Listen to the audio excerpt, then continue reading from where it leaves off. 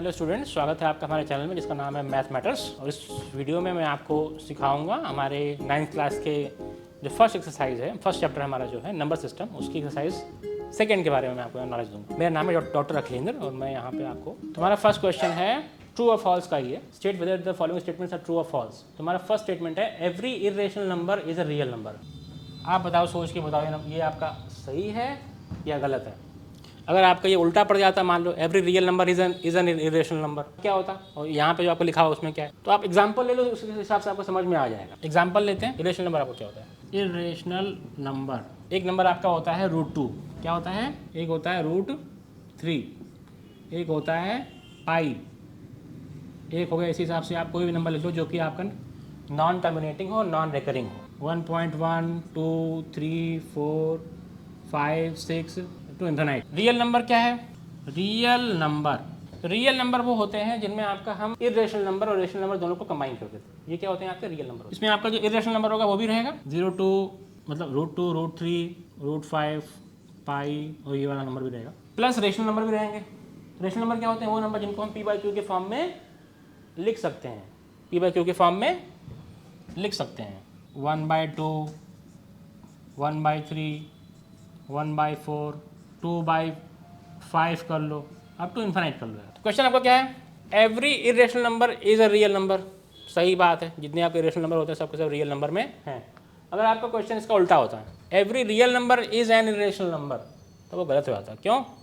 ये सारे real number जो आपके होते हैं ना, वो जो 1.2 1/3 1/4 2/5, ये आपके रियल इरेशनल नंबर नहीं है। लेकिन जो क्वेश्चन पूछा हम उसी का आंसर करेंगे। क्वेश्चन हमारा every irrational number is a real number. Every irrational number is a real number, सही बात है। सेकेंड क्वेश्चन आपका है, शॉर्ट में लिख देता हूँ, every number is of the n is a natural number. सोच के देख लो भाई, जितने नंबर आपके नेचुरल नंबर है उनको आप डाल के देख लो इसमें। अगर वो सारे नंबर आपके सब नंबर में निकल के आते हैं तो ठीक है, अगर नहीं निकल के आता तो भाई ठीक बात नहीं है। तो हमारा फर्स्ट नेचुरल नंबर क्या होता है? 1 होता है, √1 हो गया। सेकेंड क्या होता है? 2 होता है, तो √2 हो गया। थर्ड क्या होता है? 3 होता है, √3 हो गया। फोर्थ क्या होता है? 4 होता है, √4 हो गया। इस तरह से इन्फिनाइट। अब सोच के देखिए आप कि ये नंबर आपका, इसका आंसर क्या होगा? 1 होगा। √2 क्या होगा? 1.414 होगा। तो क्या 1 और 1.414 के बीच में कोई नंबर है ही नहीं? ऐसा तो नहीं है, बहुत से नंबर्स।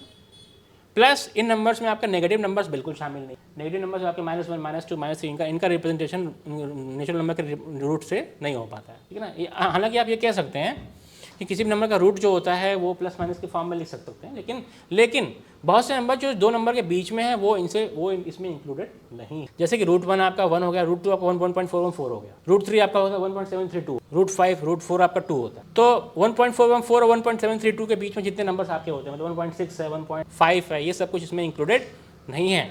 तो ये आपका स्टेटमेंट जो है every number is of the form √n where n is a natural number, ये आपका फॉल्स है। क्या है ये? फॉल्स है, ये गलत है। n आपके नेचुरल नंबर की फॉर्म में मगर रहे तो √n इसका रिप्रेजेंटेशन नहीं हो। Every real number is an irrational number. देख लो इसको, मैं पिछले आपके क्वेश्चन में समझा चुका हूँ, उस हिसाब से लग जाएगा। लेकिन यहाँ पे हम एक सिंपल फॉर्मूला लगा देंगे, उसको आसानी सॉल्व करेंगे, इतना मैं एक्सप्लेन नहीं करने वाला हूँ। तो रियल नंबर क्या होते हैं भाई? रियल नंबर आपका होता है rational number plus irrational number. Rational plus irrational, ये आपका होता है रियल नंबर। जाहिर सी बात है, जितने रियल नंबर आपके होते हैं वो इरेशनल नंबर नहीं है। क्यों भाई? कुछ नंबर आपके रेशनल भी तो होंगे। मान लीजिए आपका नंबर 2/3 है, 3/5 है, -1 है, -2 है, -3 है, ये सब नंबर आपके इरेशनल नहीं है। अगर आपका क्वेश्चन इसका उल्टा होता, every irrational number is a real number, तब वो बात सही पड़ती। यहाँ पे बोल रहा है every real number is an irrational number, ये तो गलत बात है। Are the square roots of all positive integers irrational if not given example of the square root of a number that is a rational number। Simple question है, बोल रहा है कि जितने भी आपके पॉजिटिव नंबर्स होते हैं उनके स्क्वायर रूट आपके इरेशनल होते हैं। √1 ले लो, √2 ले लो, √3 ले लो, √4 ले लो, यही तो बोल रहा है। तो अब आपका √3 आप ध्यान से देखो, इसकी वैल्यू क्या होती है? 1.732 इन्फिनिट तक जाती है, ये आपका इरेशनल है। √2 भी आपका इरेशनल है, लेकिन √1 की वैल्यू क्या होती है? 1। √4 की वैल्यू क्या होती है? 2। और 1 और 2 क्या होते हैं आपके? रेशनल होते हैं। 1 और 2 आर रेशनल। इसका मतलब ये स्टेटमेंट आपका जो है फॉल्स है। अगर आपको उसने बोला है कि क्या आपका जितने भी इंटीजर्स हो जितने भी आपके इंटीजर्स होते हैं, पॉजिटिव इंटीजर जो है ना, उनका रूट आपका इरेशनल होता है। नहीं, कुछ नंबर्स आपके होते हैं जिनका रूट आपका इरेशनल नहीं होता, जैसे कि 1 हो गया चाहे 4 हो गया। इसका आंसर क्या होगा आपका 1 और 4। इसका आंसर अगर पूछ रहा है वो कौन सा नंबर, कोई नंबर बताना है आपको जिसका रूट आपका इरेशनल नहीं है बल्कि रेशनल है, तो आपका हो जाएगा 1 और 4। रूट 5 का बोल रहा है, कैसे करेंगे रिप्रेजेंट हम नंबर लाइन पे। बहुत सिंपल क्वेश्चन है। रूट 5 रिप्रेजेंट, पहले आप नंबर लाइन ड्रॉ करेंगे, तभी तो भाई रिप्रेजेंट करना होगा। नंबर लाइन हमने ड्रॉ कर ली, ये आपका -2, ये -1, ये 0, ये 1, ये 2, ये 3, आगे चलता जाएगा। रूट 5 को भाई दो तरीके से हम दिखा सकते हैं नंबर लाइन पे। एक, या तो पहले हम रूट 2 को दिखाएं, फिर रूट 3 को दिखाएं, फिर रूट 4 को दिखाएं, फिर रूट 5 को दिखाएं। ये थोड़ा लंबा है ये। दूसरा होता है हम इसको डायरेक्टली एक ऐसा ट्रायंगल बनाएं पाइथागोरस थ्योरम के थ्रू, जिसमें हम रूट 5 को उसका हाइपोटेन्यूज प्रूव कर सकें। तो हम यहाँ पे ट्रायंगल लेते हैं। वो ट्रायंगल है जिसका बेस, जिसका आपका परपेंडिकुलर मान लो है, नहीं जिसका बेस मान लो है, बेस मान लेते हैं, समझ में ज़्यादा जल्दी आता है। बेस मान लो आपका है 2 यूनिट का है, और परपेंडिकुलर आपका कितने का है, 1 यूनिट का है। 2 यूनिट और 1 यूनिट, ठीक है। तो हाइपोटेन्यूज कितने का जाएगा, √2² + 1² इक्वल्स √4 + 1 इक्वल्स √5। ये तरीका आपका है रिप्रेजेंट करने का रूट 5 को। पहले आप 2 यूनिट मेजर कर लीजिए, फिर उस पर 1 यूनिट का डालिए परपेंडिकुलर, तब जो हाइपोटेन्यूज जो आपका बनेगा वो रूट 5 का बन जाएगा। हमने मेजर किया भाई, 2 यूनिट मेजर किया, 2 यूनिट्स हमने कर दिए मेजर। यहाँ पे हमने डाला परपेंडिकुलर, 1 यूनिट का डाला हमने परपेंडिकुलर, इसको हमने जोड़ दिया, ये आपका √5 का बन गया, रूट 5 का बन गया। तो यहाँ से लेकर यहाँ तक जो डिस्टेंस है इसको हम करेंगे मेजर, फिर इसको हम आर्क में लेके यहाँ पे हम ड्रॉ कर देंगे, ऐसे ड्रॉ कर देंगे। तो ये जो डिस्टेंस आपको निकल के आएगी ये बन जाएगी √2 की, मतलब √5 की बन जाएगी। वैसे भी देख लो आप, √5 की वैल्यू क्या होती है, 2.232 ऐसे कोई कुछ होती है। 2 से लेकर 3 के बीच में लाई करती है, क्योंकि √4 और √9 के बीच में ना √5। तो यहाँ पे आपका आंसर वैसे भी 2-3 के बीच में ही आएगा अगर आप इस हिसाब से ड्रॉ करोगे तो। √5 हमने कर दिया, रिप्रेजेंट कर दिया नंबर लाइन पे। एक्सरसाइज 1.3 फर्स्ट क्वेश्चन करते हैं इसका हम। Write the following in decimal form and say whether what kind of decimal expression each, say what kind of decimal expressions each have. Okay, simple है, आपको decimal form में लिखना है सब नंबर, फिर बताना है हमें किस हिसाब का डेसिमल एक्सप्रेशन है। फर्स्ट क्वेश्चन आपका है 36/100, कैसे लिखेंगे इसको हम, 0.36 लिखेंगे। कैसा रिप्रेजेंटेशन है आपका ये, टर्मिनेटिंग। आप देखिए मेरा इंट्रोडक्शन वीडियो, उसमें मैं आपको समझा रखा हूँ, वहाँ से आपको आइडिया मिलेगा भाई टर्मिनेटिंग क्या है, नॉन टर्मिनेटिंग क्या है, नॉन टर्मिनेटिंग रेकरिंग क्या है, नॉन टर्मिनेटिंग नॉन रेकरिंग क्या है। सेकंड क्वेश्चन क्या है, 1/11। अब इसका उपाय ये है कि भाई 1 को मैं डिवाइड करूँ 11 से, कर सकते हैं डिवाइड, पूरा लंबा जा सकते हैं, थोड़ा शॉर्ट में करने का बताता हूँ मैं तरीका क्या होता है। दोनों को कर दो, मल्टीप्लाई कर दो भाई, 9 से कर दो मल्टीप्लाई, ऊपर नीचे, मल्टीप्लाइड बाई 9 इक्वल्स 9/99, 9/99। तो अगर आप देखोगे तो 9/100 को हम कैसे लिखते हैं, 0.09।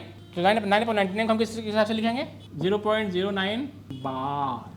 अगर आपको भाई और सीखना है किस हिसाब से, ये क्या लिख दिया सर ने, फटाफट लिख दिया, आंसर ला दिया, थोड़ा डिटेल में बताएं, तो मैं डिटेल में बता देता हूँ। यहाँ पर डिवाइड करो भाई 1 को 11 से, 1 को 11 से डिवाइड करो, 1 से 11 तो जाएगा नहीं, 0 पॉइंट लगाओ, क्या बन जाएगा भाई, 10 बन जाएगा। अगेन 10 भी 11 से नहीं आएगा, एक और 0 लगाओ, क्या बन जाएगा, 100 बन जाएगा। 11 9 जा 99, क्या रिमाइंडर आया 1, वहीं पहुँच के जहाँ शुरुआत हुई थी।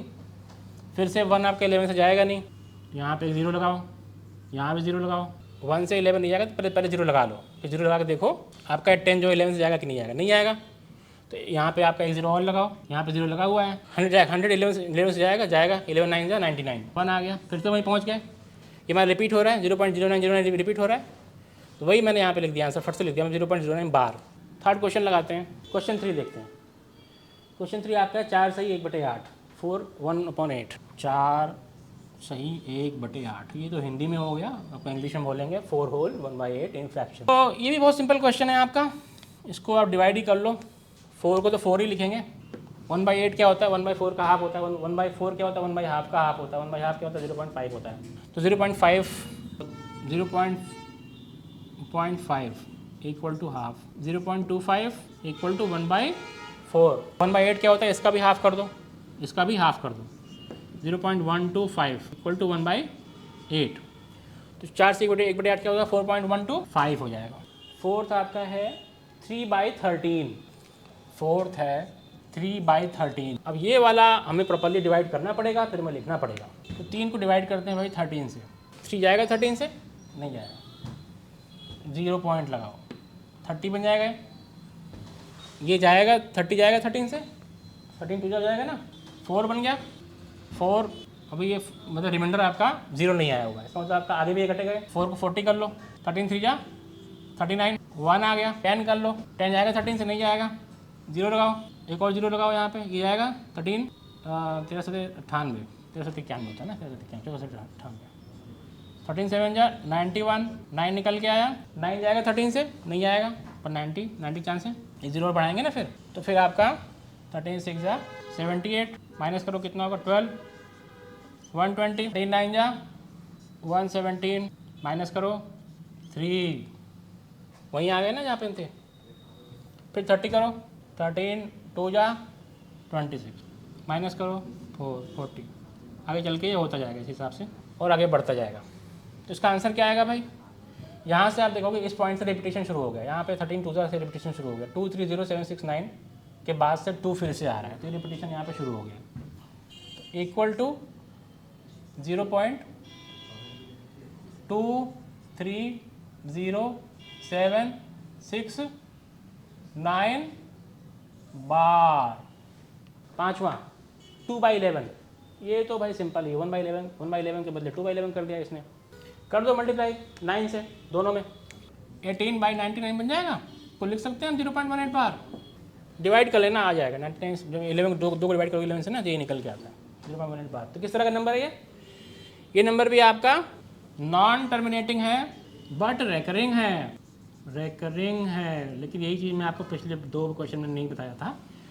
जो आपका 4 से 1/8 था, 4 1/8, 4.125 जो मैं लिखा था, वो भी आपका क्या था?